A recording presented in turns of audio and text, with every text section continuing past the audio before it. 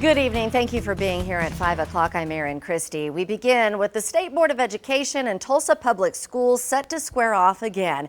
To get you up to speed, the district has been under fire for various reasons from State Superintendent Ryan Walters. Although critics, including the majority of TPS parents, consider the attacks baseless, it led to TPS accreditation in limbo and the departure of Superintendent Dr. Deborah Gist. In August, the board approved accreditation for TPS with stipulations, make improvements in 3 areas, and give them monthly updates.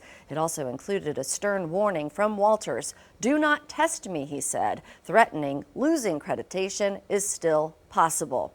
So tomorrow, accreditation is on the agenda with, quote, possible action. Here's a look at what we could expect.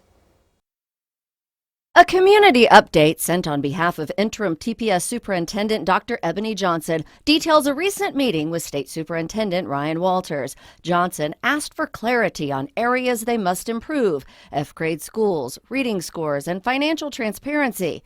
At the August meeting, many felt guidelines given to TPS were too vague to attain, including State Representative Regina Goodwin. You don't just say, I'm going to give you 3 or 4 months and you better perform or else. What kind of plan is that? Meetings lately now max capacity. Walters gains national attention for wanting to bring back Christian prayer in school. He testified before a House committee urging a ban on schools taking money from China.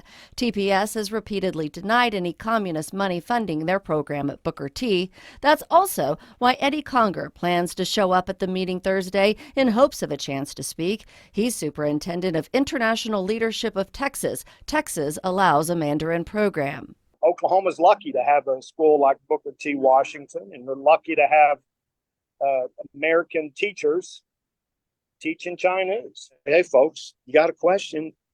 Why don't we have a cup of coffee, maybe eat some barbecue, and let's look exactly at what's going on. One person who won't be there, TPS parent Ashley Daly, for the first time in a year. It doesn't seem useful to go to those meetings anymore. It seems unproductive and more like a show. Instead, she's trusting TPS leaders to handle the meeting and plans to focus on being involved in schools. I think that's where the work needs to be done. We've got things to do. We've got kids to take care of.